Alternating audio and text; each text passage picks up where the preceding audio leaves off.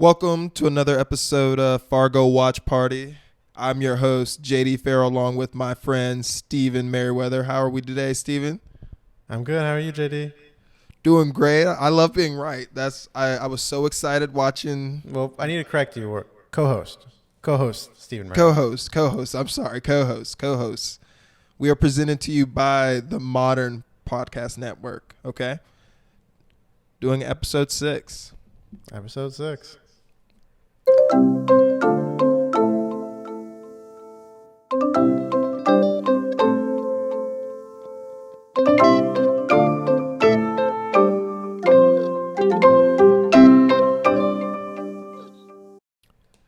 They start out, and it's cold where I am right now. It's freezing cold. They start out with a delicious fish, dip it in some flour, and then fry it up. Oh, that fish looks so good.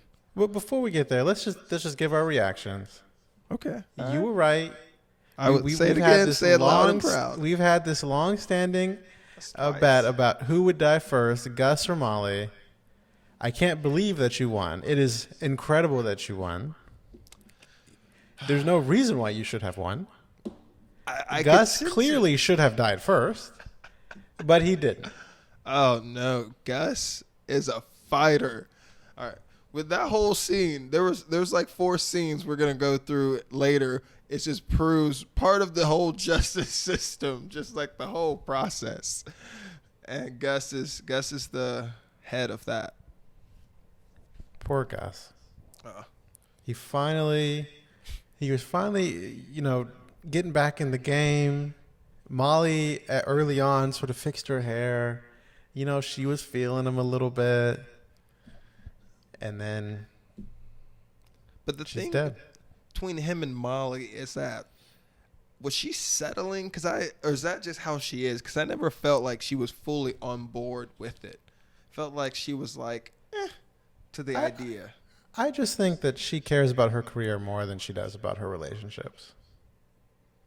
And so any guy, it's going to be, But Gus is a good guy.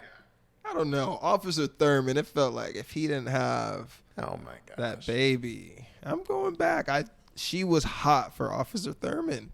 So you just don't understand what it's like to have a mentor-mentee relationship with someone where you look up to them and you care a lot about them and you admire them, but not in that way. It goes back to this. It always goes back to this. I completely disagree. I think it was sexual. Okay. Oh my gosh. See, you take it to there and I take it here. That's usually what happens. Okay. Well, that we'll never know. Though the listeners know that I'm right. No, you clearly just said I was right. Okay, so I gave you your props. You were right. Now it's time to return the favor. All right. By starting the recap? No. Return the favor. I was also right in this podcast. I mean, in this episode. About? Oh, come on.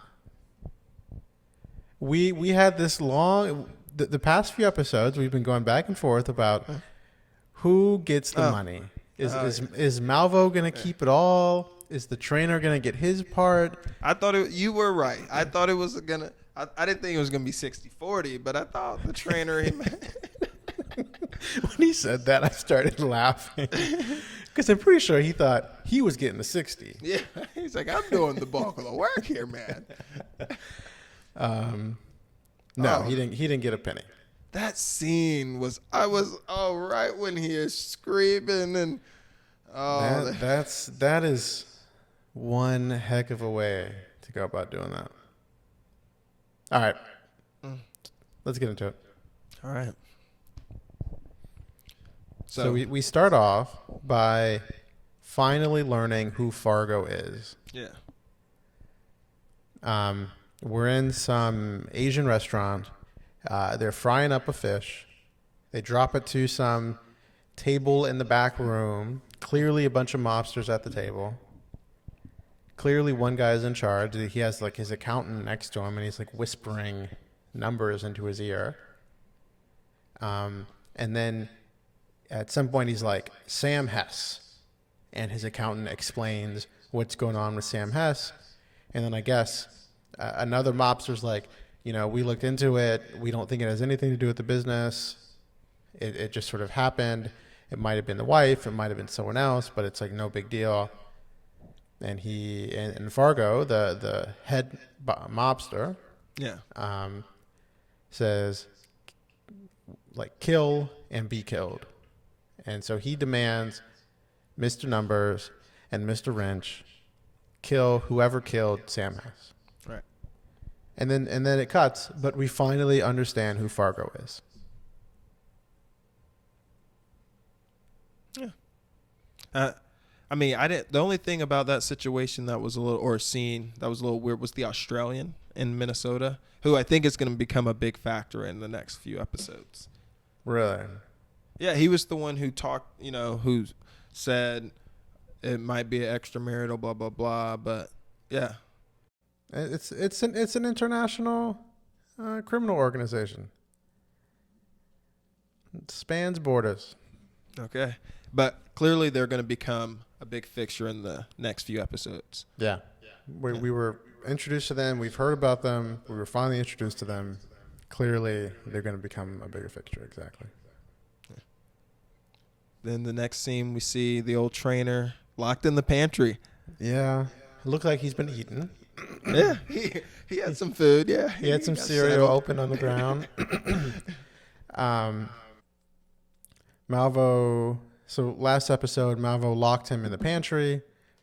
He was like, get some rest. We have a big day tomorrow. I don't want you to get cold feet. Malvo lets him out, and the trainer's kind of offended. He says, I've been thinking we need to re-talk. We need to talk about how we're going to split this money. Because you locked me in the closet in the pantry. So now I lost my trust in you. And he was like, I think it should be 60-40. I've been doing all the work.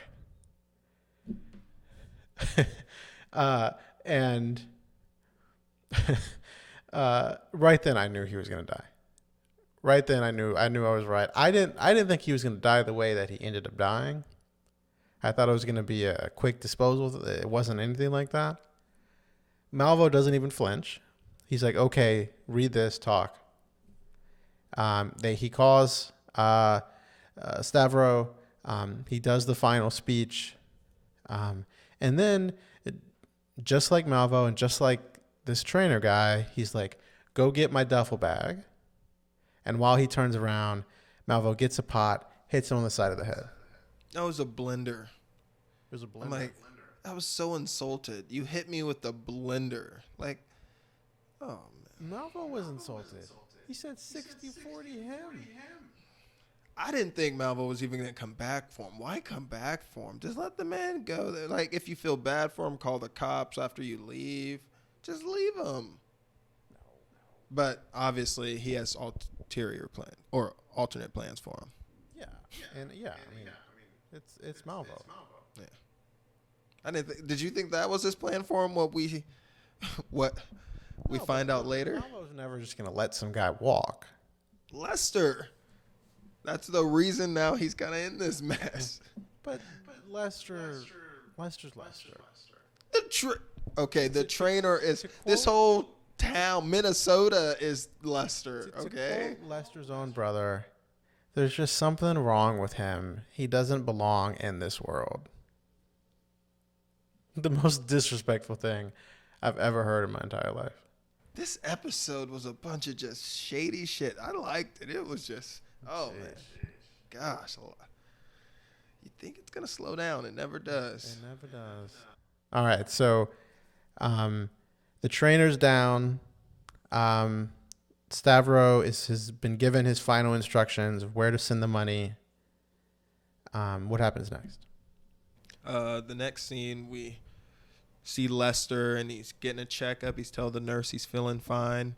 And the thing, I'm confused. He's wondering why there's a cop outside, because he's like, I'm ready to go home. And she's like, oh, that guy tells you when you're ready to go home. Like, you punched the cop, and then you had a whole spasm. Like, you're not just going to, you know what I mean? Why does he think?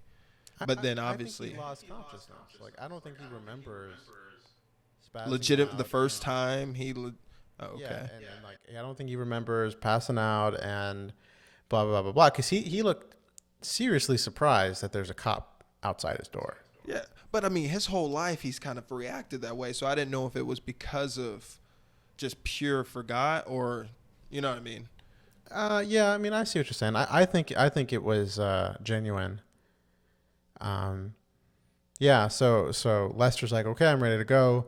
The nurse is like, actually, you have to talk to him. And Lester's like, why is he out there? And the nurse says, well, I don't think that's my place to tell. So the nurse leaves, and Lester immediately goes for the window. Is the window open? Can I jump out the window? Like, that's Very, what like a typical Lester. this man just screams guilty, just has no chill from the beginning. His plan, if the window was open, was to jump out the window and then run across the parking lot with one of those gowns on that has no backs, just like you would see, you know, a video of someone before they go into the like insane asylum. Yeah. And where would he go?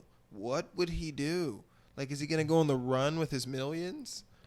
Like, I see his plan later on after we find out, but initially to just run, where is he going? I don't know. But anyway, the window is locked. He couldn't go anywhere. He hears someone coming in, so he gets back in bed. He fakes like he just woke up. He sort of sees his brother there. And his brother immediately thinks he's guilty. His brother immediately throws him under the bus. What did you do? The cops say that you did it. The cops say you hired someone. You're involved somehow. What did you do? And Lester's like, look, I didn't do anything. What are you talking about? I don't remember. And he's like, his brother's like, you're lying. Stop lying. And he's like, I'm not lying. What are you talking about? And Lester says, I need you on my side right now. And his brother says, I am done with you. There's always been something wrong with you. You've always been a burden on me. Like, you don't belong in this world. And as we learn later on, Lester cuts ties officially. It's just so quick. It was like a light switch. Yeah. I can't imagine my sister looking me in the eyes and telling me that. But I mean, yeah. I just can't imagine that. But Y'all have a different relationship. clearly. Clearly. So his brother leaves and he's like, okay, what am I going to do? Before the nurse left, he's sharing a room with someone else. This other person he's sharing the room with is immobile. And has a fully face bandage. Yeah, was in some terrible accident. His face is completely covered up. He's immobile. He can't speak. And before the nurse left, the nurse said that she was going to come back and get him soon, get this other guy soon to do some more tests. And so he has this great idea, like actually a great idea. It worked beautifully. I didn't know the complete plan until much later. At first, I'm just like, once again, what is he doing? Where is he going? Me neither. Like, okay, you can do all this, but you're still missing. You still escape. Like, anyway. So he finds some bandage. He wraps his own face. He moves the actual guy who's immobile into his bed. He gets some street clothes, and he lays down in this bed, knowing that the nurse was about to come get him, and knowing that his face is covered, so the nurse wouldn't be able to tell that it wasn't actually the other guy. And right on time, he gets the face wrap on. He lays down. He has the street clothes. The nurse comes. The nurse wheels him to another part of the hospital and then leaves. And he gets up and walks out. Just like that. I thought that he was going to get caught immediately. He took way too long changing them clothes in the middle of the hallway. Yeah. He's like tying his, like zipping up his shoes, fixing his scarf. I thought he was getting caught immediately. He didn't. He got out of the hospital. He stole one of the staff's car. And he drives off. And it's unclear what he's doing. It's unclear if he's just making a getaway, what's going on. He goes home. Wait, that's not yet. I guess we might as well run through it and go. Okay, what's next? What's after that? That's when Molly and Gus, they're together, and he tells them about Molly goes to Gus's apartment, and he tells them about the neighbor who talks about Gus. He's like, yeah. And he told him he's going to come back and kill the neighbor. Yeah, he's like, and they won't believe me even though I'm a cop because I'm the cop who cried wolf and I got the, what? They won't believe a cop whose neighbor. Clearly a toxic worker. Yeah. So last episode, Malvo comes looking for Gus. He should have killed Gus. I should have won this dang bet. He doesn't. His neighbor friend sort of saves him. The neighbor friend tells Gus that this guy is coming after you. Like you said, Gus. So Molly comes up to meet with Gus to do some more investigation. Gus tells Molly. Molly's like, we need to report that. And he's like, no. Essentially, I'm the laughingstock at the department. No one's gonna believe me. So even though I'm a cop and I'm being threatened, I can't do anything about it. Correct. And so then they, get the license plate because the rabbi actually gets the license plate. They're like, oh, who is it tied to? Oh, it's tied to July and January, by the way. That's because the fruit. That's why I keep. Yeah. And it's tied to his company car. And so then they go to investigate there to find out, okay, who was driving that company car. So they go to the supermarket to investigate, and they get there. They just go to some random register and they both say we need to talk to a manager. The woman at the register is like, "Oh, are you here about the bugs?" I thought something was gonna come out. Me too. And Molly was like, "What bugs?" And then she's like, "Oh, I don't know if we're supposed to talk about the bugs." She turns to her coworker and is like, "Are we supposed to talk about the bugs?" And he's like, I don't know. And at this point, Molly's like, okay, just give me a manager, please. And she turns back, the woman at the register turns back to her coworker. Can you get the manager? There's no manager on duty. So Molly just leaves her card and her number and asks to call her back whenever a manager gets in. And I think at this point, Gus is like, oh, so what do we do now? And Molly's like, I could always use another cup of coffee. Yeah. That's Molly being a little flirty. Okay. All right. Then they have that talk, and I love it because Molly is she's like the driest sarcastic, and he's like, the thing that really irks me about Malfoy is he just lies. And she's like, oh, it's not the violence and killing 3 people. And it's like, well, yeah, but he just lied. She's like, how can you? Well, first, you skipped over the fact that Gus is mansplaining Two-Face to Molly. Yeah. What it means? What it means? You know what I hate about Malvo? It's that he's Two-Face. You know that he has one face where he lies and then another face? I'm like, Gus, what are you doing? If this was written in 2021, Molly would have been like, duh, I know what you're talking about. And then that's when Molly's like, oh, what about the killing and murdering and intimidating? And Gus is like, oh, yeah, that too.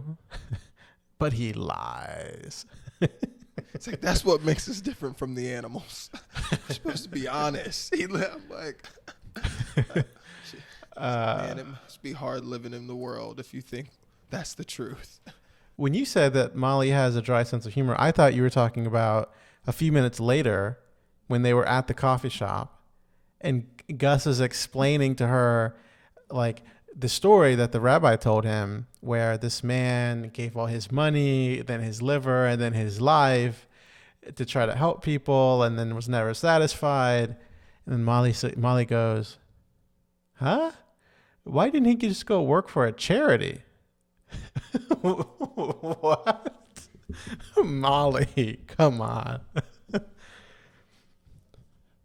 I lived in Minnesota, Molly is my type of girl. All right. No, she's gonna be hard to come by, but Molly's the girl I want to be with in Minnesota. No, she's not. You would not have any fun with her out having a drink. Because A, it wouldn't be alcohol. It'd be coffee at her dad's diner. Because that's the only place she goes. What about the spider bite lady? I think they had a cocktail or a glass of wine there. No, I don't think they did. I think her friend just let all that out without any alcohol. But who else in Minnesota? It's snow all the time. We're going to need some hot chocolate.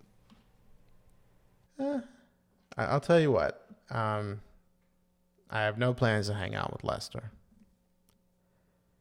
I tend to agree with his brother. I feel bad for him. That's a mean thing to say to your brother, but it's got some truth. It's got some truth. He's got some problems. You didn't like the brother. I was a fan of the brother from the beginning. I mean, no, I still don't like the brother. That's a terrible thing to say. The autism. And he deserves what he gets. Uh-huh. That's like saying he has the depression. Like, you know what I mean? Like, it's just like he's trying to understand it. He's not trying to understand it. He's basically He's like, I addressing don't understand you. And because I don't understand you, you're a burden, and therefore I am extricating you from my family. And Lester, rightfully so. Next scene, we see Lester back at home. He goes down to the basement, and he sees someone has moved the washer where he initially hid the murder weapon. We were unsure. Yeah, I was wrong. I happened. thought he took it to the brother's house. We were unsure what happened. Turns out, brilliant move by Lester. Brilliant move. There's a poster on the side of the wall that he ran into. And behind the poster, in the hole in the wall, he hid the murder weapon. He moved the murder weapon and he hid it there. At this point, I thought, okay, he knows he needs to get rid of it. Yeah, go throw it over a bridge somewhere. Yeah, I thought he was going to go throw it or something. And then he opens a box. He sort of starts rumbling through some boxes. He gets out a few pictures of his wife. Still not sure what's going on. I thought he wanted to like throw it over a bridge, but like tell his wife goodbye one more time or something. I thought he was doing exactly what you were saying earlier, the practice crying. I'm like, Steven was right from the beginning. He's getting pictures of his wife and everything so he can go say, like, I'm mourning her. So he's not guilty, you know.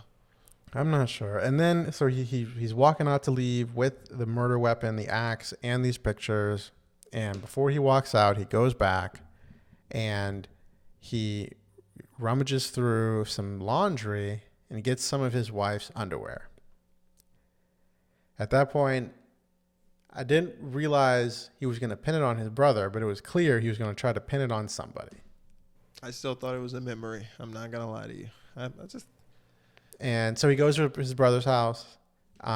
He opens the garage. Less of a case if his brother can be like, he knows how to get into my house.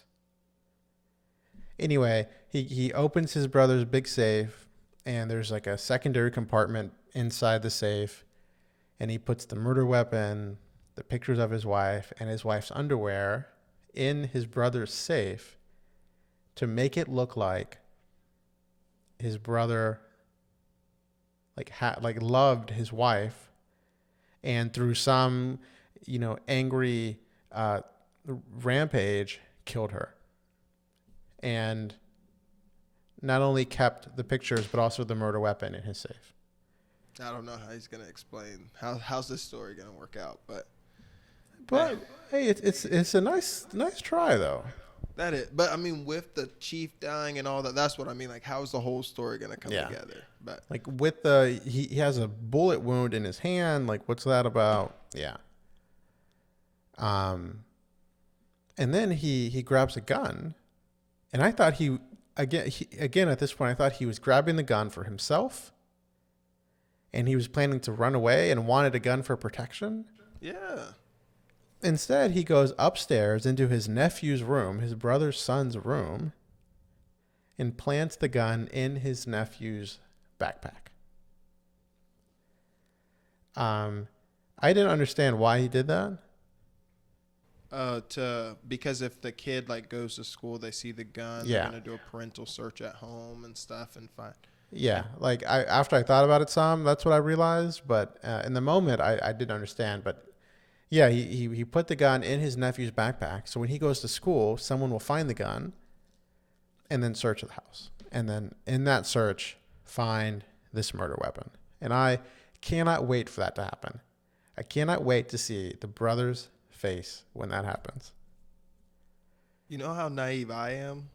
I thought when he was going back for the gun, the small revolver to plant, he was going to pull out the pictures and stuff. I thought he regretted what he just had planted. And he's like, no. He yeah. No way. Yeah. But no. No way. Yeah. He shoot himself. Like, he commit suicide before doing that. He hated his wife. He killed her out of rage. So before he's able to escape the house, his sister-in-law and his nephew come home. He needs to find some way to get out, but without them seeing him. And so they're both in the kitchen. His sister-in-law sort of walks away. He's walking down the stairs. His nephew turns around, sees him. They make eye contact. And then I think his nephew, I think his brother talked so much shit about him at home that his nephew was like, oh, here's this guy who's like not right, not normal. I'm just going to ignore him. Because he looks at him, he sees him, and then he turns around and goes on with his day. Why else would you do that? I mean, it's your uncle. If I was Lester, I would have just waved and said bye and just go. You know what I mean? Like, but he couldn't say anything because he didn't want to. The mom was like in the garage or something, But and the you kid you don't know that. I don't know. He's autistic too, just like. And if he said my uncle was just here, the mom wouldn't believe him because he is. I forgot that he's autistic. Yeah. Yeah, that's true. That's true. Where like they could have thought if he even just said like Uncle blah blah was just here, she would have been like, be quiet. Yeah. You know what I mean? Like ignored it. That's true. Doesn't say anything. He walks out. He escapes. Still unclear where he's going now, but he successfully planted and set up his brother to be convicted or to be suspected of his wife's murder. Well, he just goes directly back to the hospital. Well, we don't know that until the end. He does end up back in the hospital somehow. He makes his way back in the hospital. He's back in his bed. And then the very last scene of this episode is Lester in bed, sitting up, knowing what he just did. Yeah. And he puts on the biggest smirk of his life. I love that little smile he gives. Knowing he just framed his brother for killing his wife when he did it himself. So disappointed in Lester for this. But remember the beginning? He learned from the best. Malvo? Yeah. He learned from the best. I liked him first. And you hated him. Then I hated him and you liked him. So now we're both, I'm assuming, on the hatred of Lester. I think Lester's a terrible human being. I've always thought that. You were rooting for him previously, though. I am still rooting for him. What? I think he's a terrible human being, but I am rooting for him. Yes. You do not set your brother and nephew up for your own benefit. Like, set other people up. He was never going to do that until his brother told him that he is worthless, he's a burden, and he is no longer part of his family. Then he's no longer your brother. What about your nephew? He's forever going to have a gun, most likely in school, because he's going to be a kid who brought a gun to school. No, that doesn't follow you. It feels like it. He's an autistic kid, and his father owns a lot of guns. Like, that's the parents' fault. Then he's just going to be on disability for the rest of his life. Why? Because they're like, if he's an autistic, because you're putting his disability as a reason why he would bring the gun to school. So he's a liability. I'm just saying that, like, when you're a child and you come in contact with a gun, it's not your fault. Whether you're autistic or not, like, it's not your fault. It's your parents for not properly securing the gun, especially at his age. Yeah, that's not going to follow him at all. He might get in trouble. He might get suspended for a couple of days, but that doesn't follow you.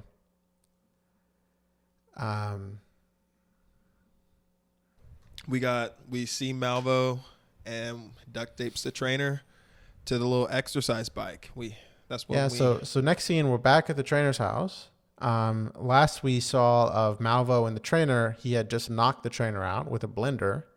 The trainer's lying on the floor. Now he wakes up and he is duct taped completely to an exercise bike. Hands, legs, body, like unable to move. He also has duct tape around his mouth. Unable to move. It's unclear why he's duct taped like that.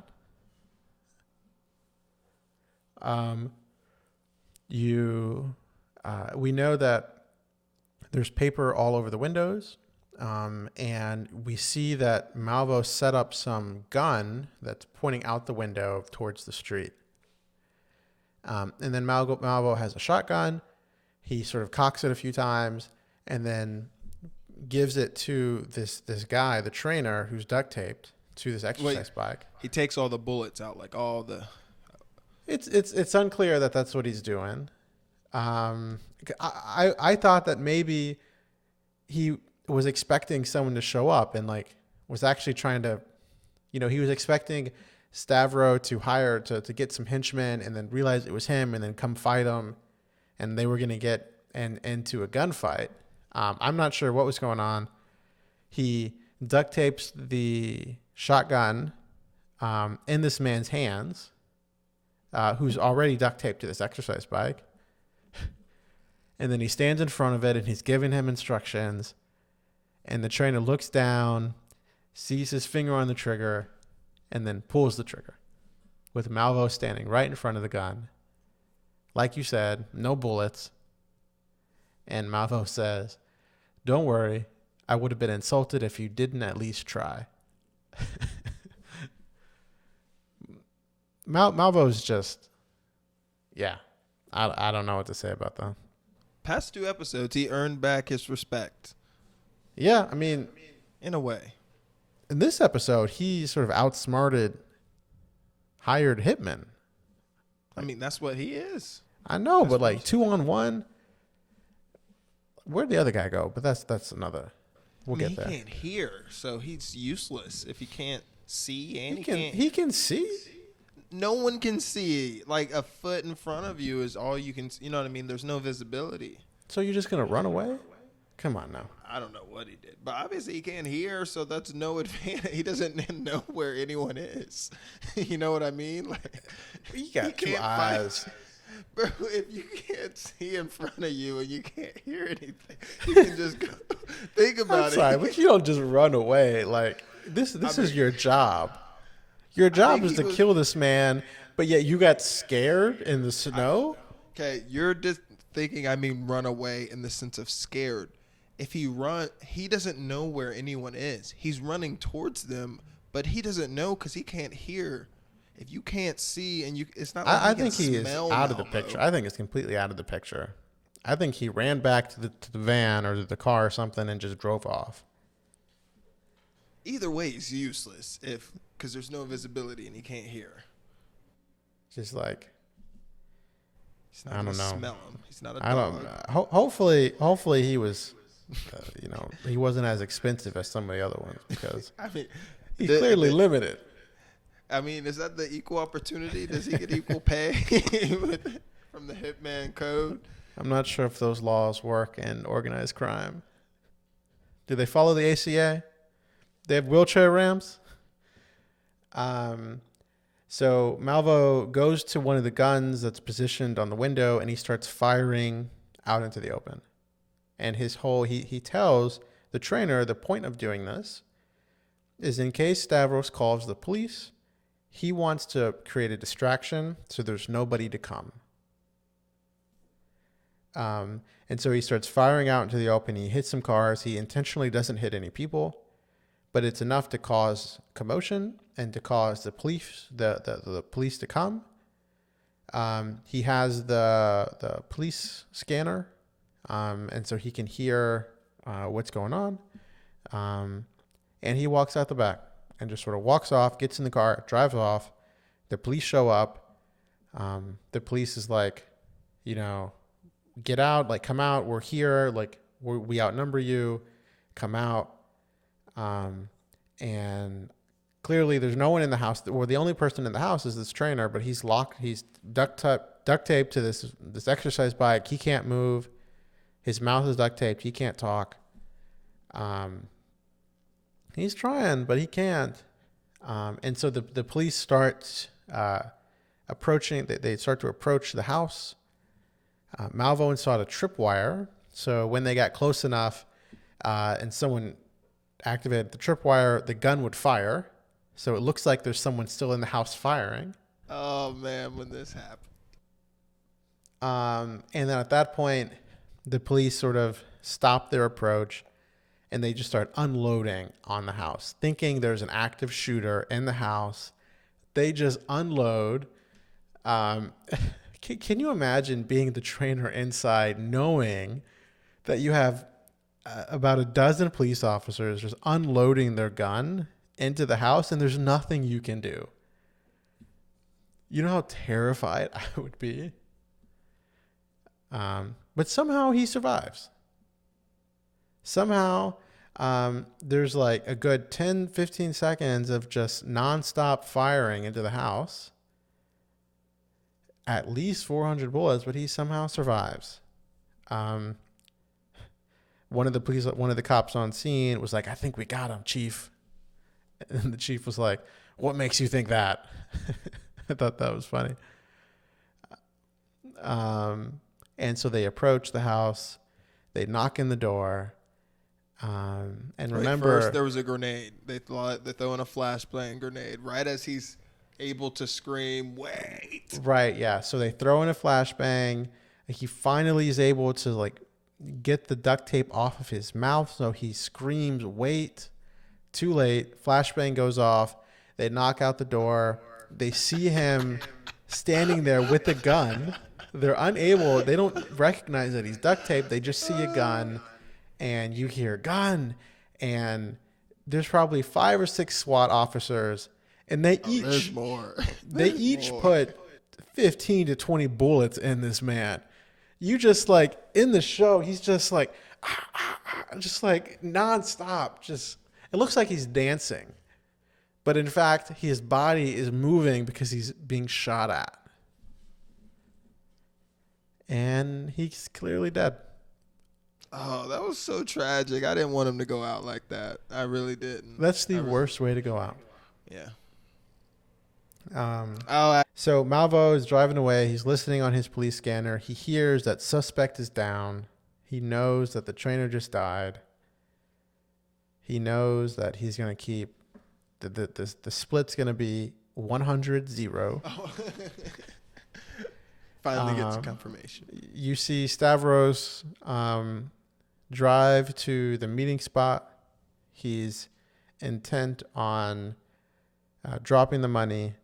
And then he has this revelation from God that in fact what he needs to do is not drop the money where he was told, but go back to where he found the money in the first place and bury it again. And so he leaves. There's this funny scene where he's leaving the parking garage, and the attendant working the parking garage is like, "Oh, I guess you changed your mind. It's still $2 for the first 30 minutes." And Stavros was like, I know what to do now. And the guy was like, Stavros was like, "I know what to do now. God told me what to do." And the parking attendant was like, "God told you not to park here?" And he's like, "No, I know what to do. God told me I need to go." And the attendant's like, "Well, it's still $2. And Stavros says, "Do you go to church, young man?" And he says, "Yeah." And then Stavros says, "Well, then your God commands you to open this goddamn gate."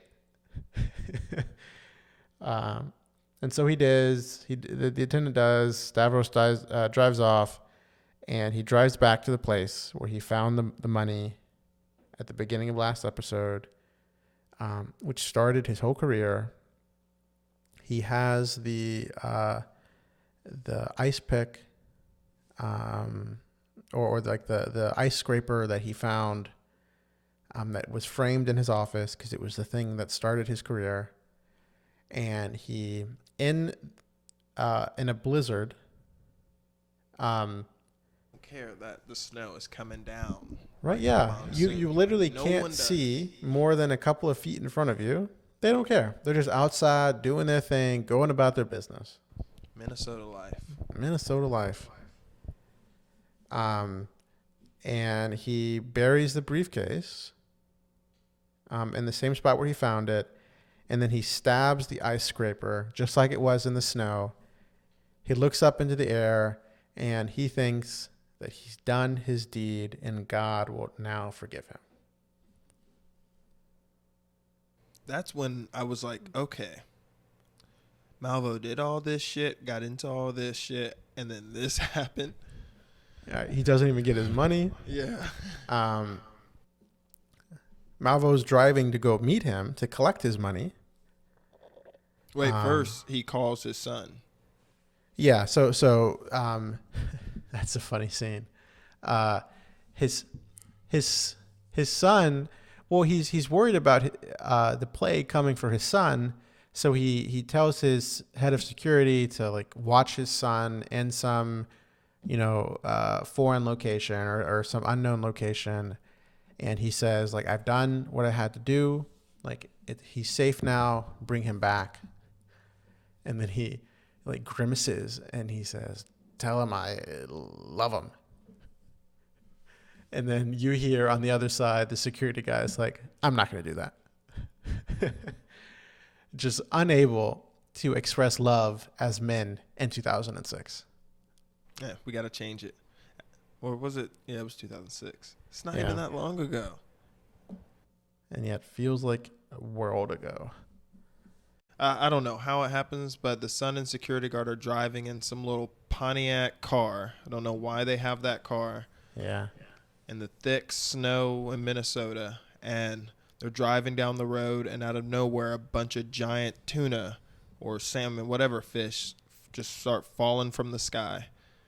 Which is a real thing. Like it happens. Yeah. Like it's not natural. Well, it's super rare, but it's a natural occurrence where after like a storm or something, it collects enough fish from surrounding ponds and then carries them and then drops them. Oh. Yeah. And I guess that uniquely happened during this storm. Yeah. And this is when God did intervene, and enough fish came down in their little car, and we don't find out till later, till the supermarket king drives up in his Escalade and finds that the car has been tipped over and the security guard and his son have been killed in the accident. Yeah. There's hundreds of fish coming down. They like swerve. They're trying to avoid the fish. They don't know what's going on. They lose control of their car. The car flips. And the plague is over. The firstborn is dead. Really think they should have had a bigger car. That was like my main point from that. I didn't know why that big I'm pretty old sure he security owns guard. like 3 Escalades. That's, and he's a big ass security guard and old, and you're gonna make him drive a little Pontiac. You know what? Yeah. Yeah. So Stavros is driving back home. He sees the crash. He sees the security guard dead on the side of the road. He runs up to the car looking for his son, sees his dead son laying in the car, and mourns him. He really loved his son. Yeah, I know. I didn't realize it. I didn't either. But he really loves his son. His son could have saved all of this. If he just listened to his son, he could have saved all of this trouble. But he didn't, and now his son is dead. Even when he was back at the little outhouse when the son was going to say something, I thought he was going to say, bring something else up to be like, Dad, don't do this, blah, blah, blah. I don't think he knows what his dad's doing. Would you go back and get the money if you're the dad? Curse you, God. Yeah, it's like, screw it. What else? No, at this point, you are so terrified that you're leaving the money, and you're going to go to church every Sunday. You're going to start a group inside of the church that meets every Wednesdays, and you're going to join a second church to repent, so no one in your main church knows what you did. That's what you do in that scenario. Next scene, Malvo's driving to go collect the money. There's a blizzard. It's very hard to see, and a car in front of him and behind him sort of trap him in. I did not expect this to happen. A little shake and bake, yeah. Yeah. Like, what's going on right now? What's going on? Is it just a wreck because of the blizzard? Like what? But he's trapped. Like what's going on? And then you see Mr. Wrench and Mr. Numbers come out of the car with their automatic weapons and just start firing on the car. And Malvo's freaking out. He doesn't know what's going on. He loses. He drops his gun. He can't get the gun. He escapes out from the car. The 2 henchmen are trying to find him. You can't see more than a couple of feet ahead of you. Malvo escapes. Escapes in that he's sort of outside of the car and he's in the blizzard and trying to walk and formulate a plan. And he sees this door, and his plan is to cut his wrist with the knife that he has, plant his blood in the snow next to his footsteps to make it look like he was walking in that direction and then went through the door. So when someone comes, they do that, and Mr. Wrench comes. He sees the blood on the ground. He approaches the door, and then Malvo sort of just grabs him. He sticks his knife in him. He has him, and he's like, "Who sent you? Who sent you?" He's digging his knife in him, and Mr. Wrench says, "Fargo." And as soon as it up pretty easy too. He does give it up pretty easily.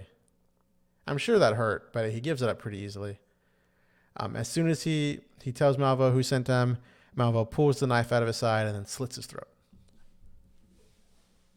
Brutal. Who knows where Mr. Numbers is?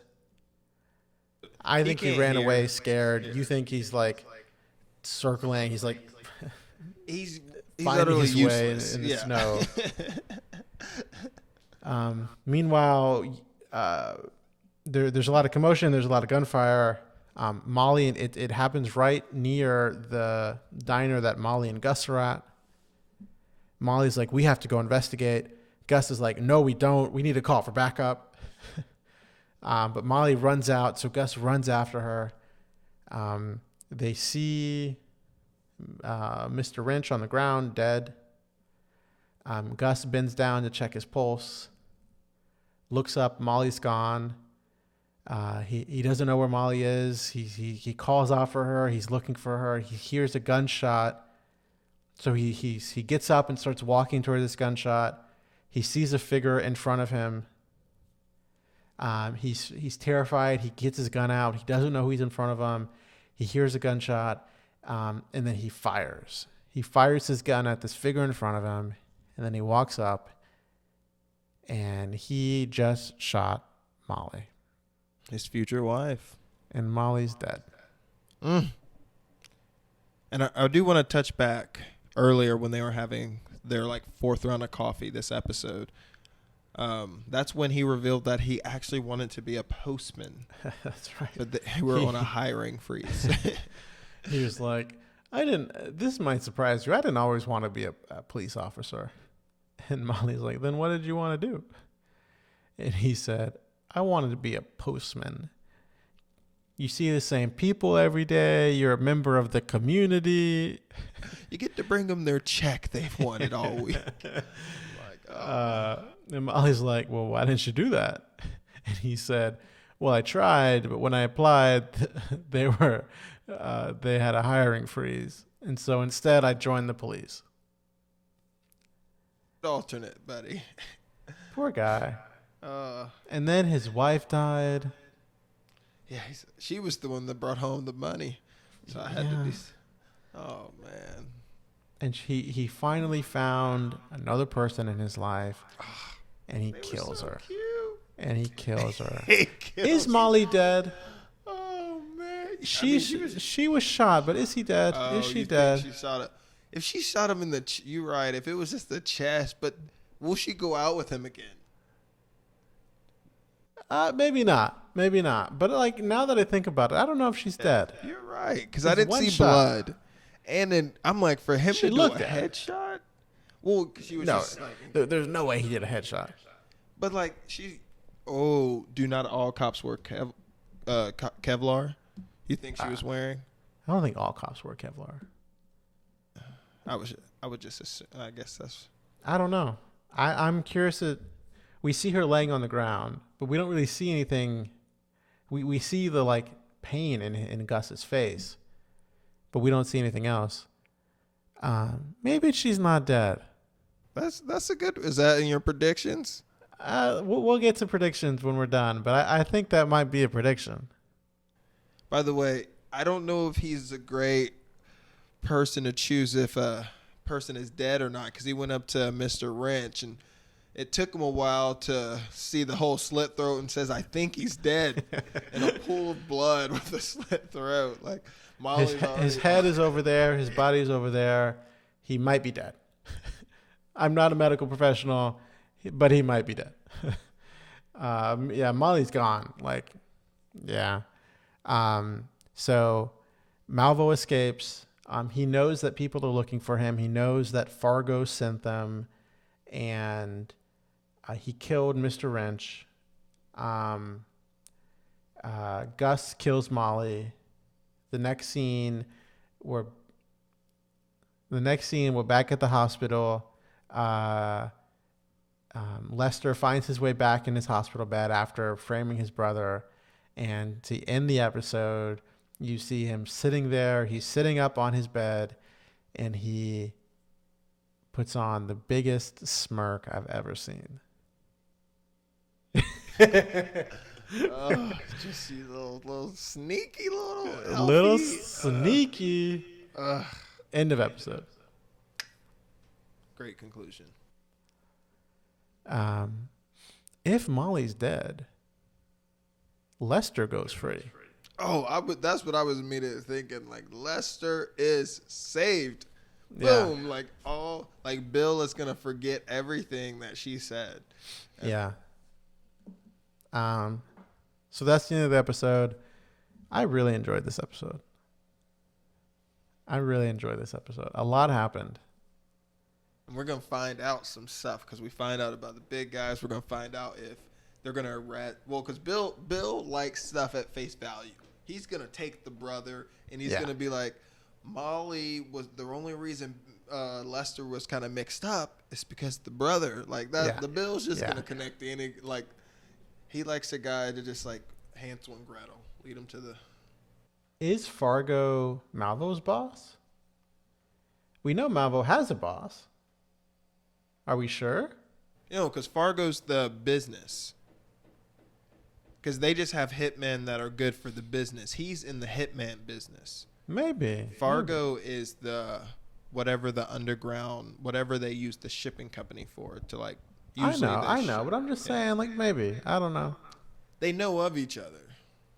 Definitely. Okay, so end of episode. Let's move on to predictions.